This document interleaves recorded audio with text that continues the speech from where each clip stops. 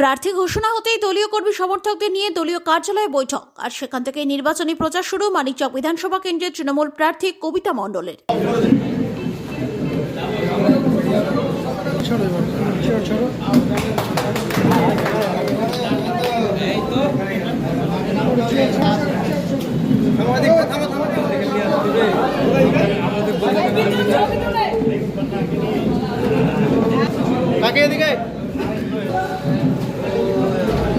এদিকে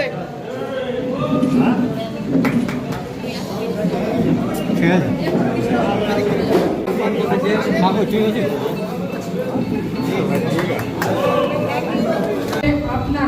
আপনারা ভাববেন না যে ও ভুল করেছে, ও তো বিধানসভায় টিকিট পেয়েছে, ওই শুধরাবে যা করার করবে। আমি ওটা বলবো না। যুব নেতা আছে, আমাদের মহিলা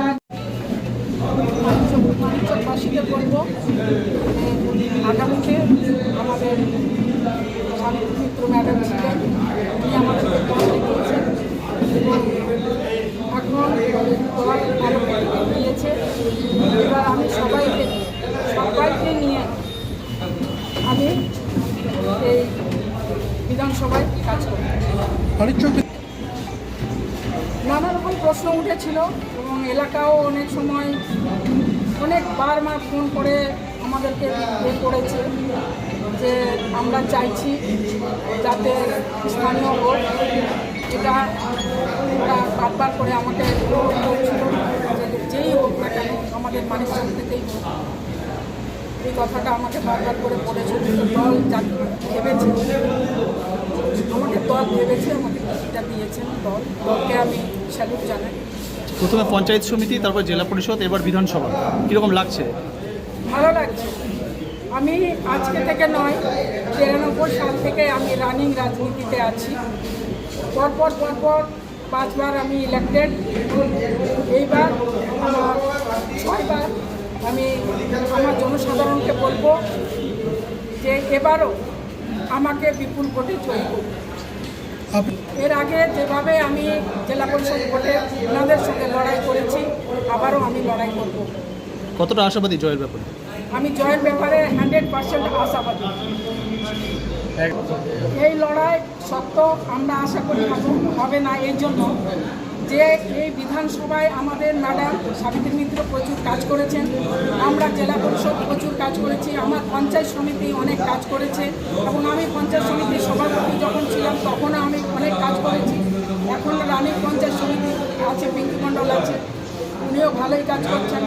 আমরা আমাদের ব্লক প্রেসিডেন্ট মোনাদা আছে, ইমরানরা আছে, শাহিদুল আছে, সবাই আছে, সবাই কিন্তু ভালো কাজ করছে আমার ব্লকে এবং আগামীতে ভালোই কাজ হবে এবং আমাদের রেজাল্টও ভালো হবে। কবে থেকে প্রচারে নামবে না? তারা সবাই আমাকে সহযোগিতা করবে। এটা তো আমি করিনি, এটা দল করেছে। সে তো দল তো সবাই করছে না, দলকে সবাই ভালোবাসে, সবাই আমার ভোট করবে, সবাই বলেছে, সবাই খুশি আছে যে আমরা দলকে ভালোবাসি। দল যাকেই টিকিট দিক আমরা ভোট করবো, আমাকে দিয়েছে তো দল আমাকে ভোট করবে, সবাই ভোট করবে। উনি যদি হেভি ওয়েট থাকতেন তাহলে তো আমার সঙ্গে জেলা পরিষদে ফাইট হয়ে বুঝবো যে উনি হেভি ওয়েট। উনাকে তো আমি জেলা পরিষদে বিপুল ভোটে হারিয়েছি। একদম আপনার পরই বলছে যে আমার যা বলুক, আমি আমার কাজ করে যাব। আমি দলের সঙ্গে লিওজে মেনটেন রেখে আমি দলের কাজ করব এবং দল আমাকে সহযোগিতা করবে, এটা 100% ভরসা আমার আছে। আমরা তো কাজ করেই যাচ্ছি, আমাদের তো আমরা শাসক দলের মানুষ, শাসক দলের প্রার্থী, আমরা তো মানুষের জন্য সব সময়। আমরা তো এতগুলো প্রকল্প আমরা বলে শেষ করতে পারবো না।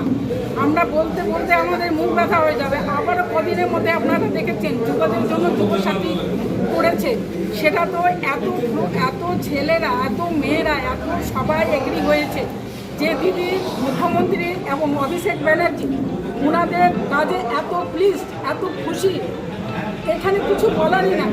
মানে অনেকগুলো কাজ যেগুলো আপনারা হয়তো বলছেন, মানে এত কাজ হয়েছে এবং এত কাজ হবে, সেই কাজের নিরিখে ভোট এমনিতেই হবে। ওকে, আজ থেকে প্রচার।